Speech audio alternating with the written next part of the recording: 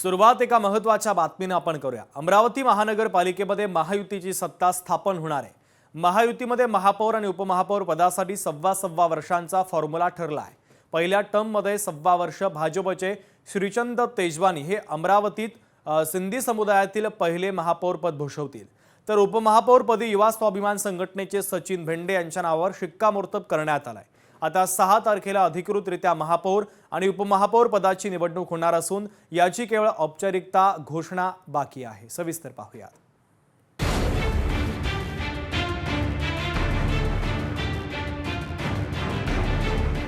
अमरावती महापालिकेवर महायुतीची सत्ता, सत्तेचा सव्वा वर्षाचा फॉर्म्युला। सुरुवातीला भाजपाचा महापौर तर उपमहापौर पद युवा स्वाभिमान पार्टीला।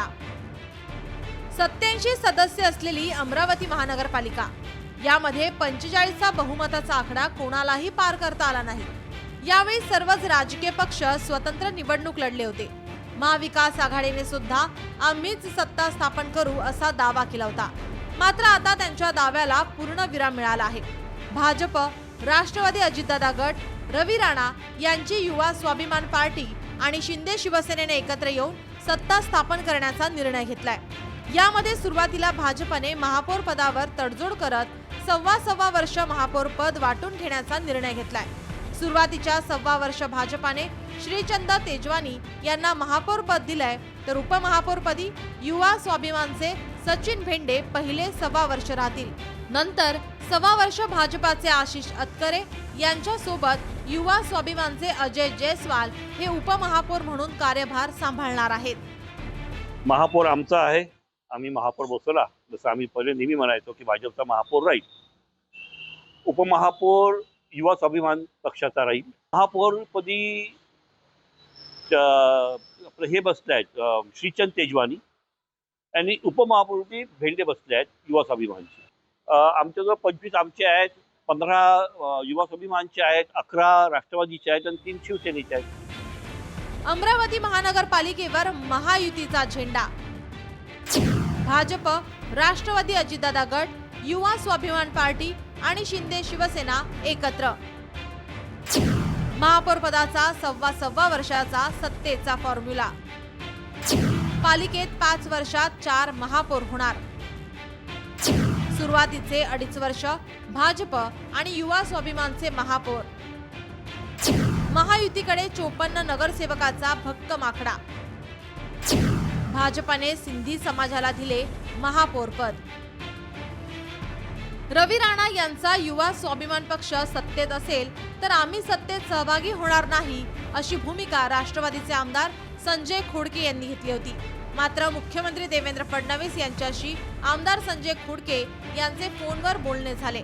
अमरावती मनपातील सत्तेत सहभागी होण्याबाबत दिवंगत अजित पवार यांची चर्चा झाली होती, त्यांनीही यास मंजुरी दिली होती, अशी माहिती आमदार खोडके यांनी दिली आहे। दादांचं बोलणं झालं होतं, परंतु या ठिकाणी आज या ठिकाणी संजय कुटे साहेब घरी आले होते आणि त्यांनी मुख्यमंत्री महोदयांचं पण बोलणं करून दिलं, सन्माननीय पालकमंत्री महोदयाचं सुद्धा बोलणं करून दिलं आणि त्यांनी सांगितलं की आज या ठिकाणी महापौरचा फॉर्म भरत आहे, तुम्ही सोबत राहा, आपण 2-3 दिवसांनी आपण या संदर्भात चर्चा करू। दादांशी आमचं बोलणं झालं होतं, त्या पद्धतीनं आम्ही या ठिकाणी आपण सोबत राहू, फक्त आजचा फॉर्म आपण भरा। 87 पैकी सर्वाधिक 25 नगरसेवक भाजपचे निवडून आले।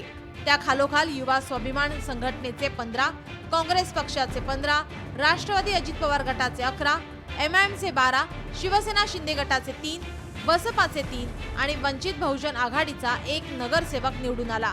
पालिकेत कोणत्याही एका पक्षाला बहुमत मिळालं नसल्याने सत्तेसाठी महायुतीमधील पक्ष एकत्र आले आहेत। सभी मेरे नेतागणों का मैं बहुत आभारी हूँ, भारतीय जनता पार्टी की टीम का, जिन्होंने मुझे लायक समझा। आज महापौर की इतनी बड़ी प्रथम नागरिक की जवाबदारी मुझे दी हुई है, इसमें मैं पूर्ण कोशिश करूंगा, अपना पूरा जदोजहद करके उनके नजरों में पूरा खरा उतरूंगा।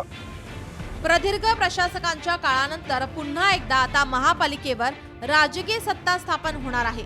मात्र अमरावती शहरातील रेंगाळलेल्या समस्या या तातडीने सोडवण्यासाठी त्यांना पावलं उचलणं आवश्यक आहे।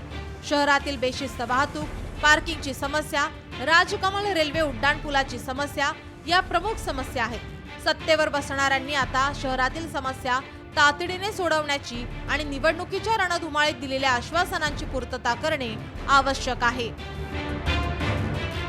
सूरज दहाट, लोकशाही मराठी, अमरावती.